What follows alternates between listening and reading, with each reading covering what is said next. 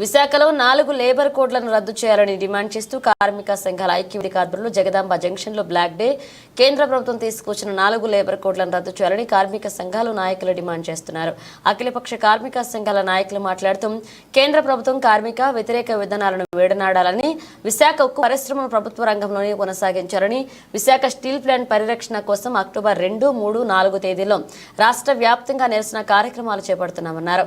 ఇక ప్రభుత్వం రైతులకు గిట్టుబాటు ధర కల్పించారు. కార్మికుల సమస్యలను పరిష్కరించకపోతే నవంబర్ నెలలో దేశవ్యాప్తంగా పెద్ద ఎత్తున నిరసన కార్యక్రమాలు చేపడతామని హెచ్చరించారు. కార్మిక సంఘాల ఐక్యత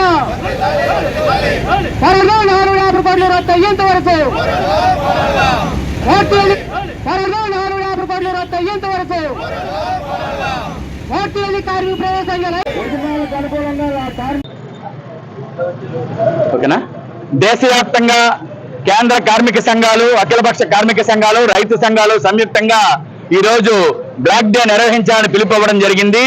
ముఖ్యంగా ఏదైతే కేంద్ర కార్మిక సంఘాల గత 2 సంవత్సరాల నుంచి కార్యక్రమాలు నిర్వహిస్తున్నాయో ఉమ్మడిగా, దాని కొనసాగింపుగానే కనీస వేతనాలు 26,000 రూపాయలు తక్కువ లేకుండా కార్మికులకి చెల్లించాలని, ప్రభుత్వ రంగ సంస్థలు ఏవైతే ప్రైవేటైజేషన్ చేయడం కోసం నేషనల్ మానిటైజేషన్ పైప్ లైన్ అని చెప్పి ప్రభుత్వ రంగం తాలూకు ఆస్తులన్నీ కూడా కారు చౌకగా కార్పొరేట్ కంపెనీలకు కట్టబెట్టాలని బీజేపీ ప్రభుత్వం తీవ్రంగా ప్రయత్నం చేస్తుంది.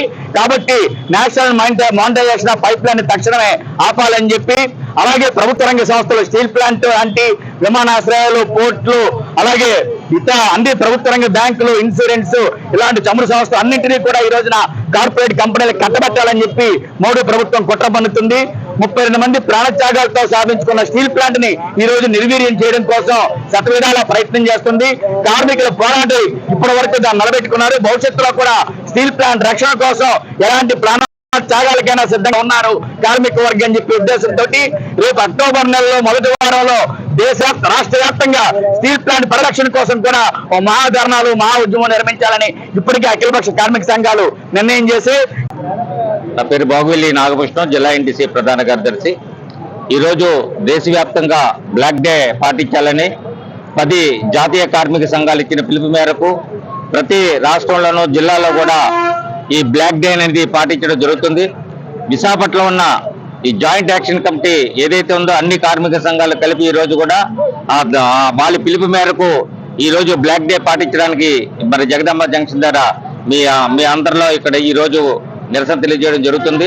మరి ముఖ్యంగా బీజేపీ ప్రభుత్వం అధికారంలోకి వచ్చిన తర్వాత పూర్తిగా కార్మికులు కానీ కార్మిక చట్టాలు కూడా నిర్వీర్యం చేయాలనే ఉద్దేశంతో వారు అనేక రకమైన కార్యక్రమాలు చేస్తున్నారు. మరి దాంట్లో ఏదైతే కార్మిక చట్టాలు మనం ఎన్నో బ్రిటిష్ గవర్నమెంట్ ఉన్నప్పుడు కానీ లేదా భారత ప్రభుత్వం స్వతంత్రం వచ్చిన తర్వాత కానీ ఎన్నో కార్మికులకు అనుకూలంగా, వ్యవసాయదారులకు అనుకూలంగా ఎన్నో చట్టాలు తయారు చేసి అనేకమైన పోరాటాలు చేసి కార్మికులు అనేక రకమైన యూనియన్లు అన్ని కలిపికట్టుగా ఎన్నో పోరాటాలు చేసి సాధించుకున్న కార్మిక చట్టాలు 39 కార్మిక చట్టాలని ఈ రోజు తొంగలో తోసి కార్పొరేట్ సమస్యలకి అనుకూలంగా 4 కోడ్లు తీసుకొచ్చి ఈ రోజు కార్మికులందరూ నిర్వీర్యం చేస్తుంది. దాని వ్యతిరేకంగా ఈ రోజు అన్ని కార్మిక సంఘాలు కలిసి పోరాటం చేస్తున్నాయి.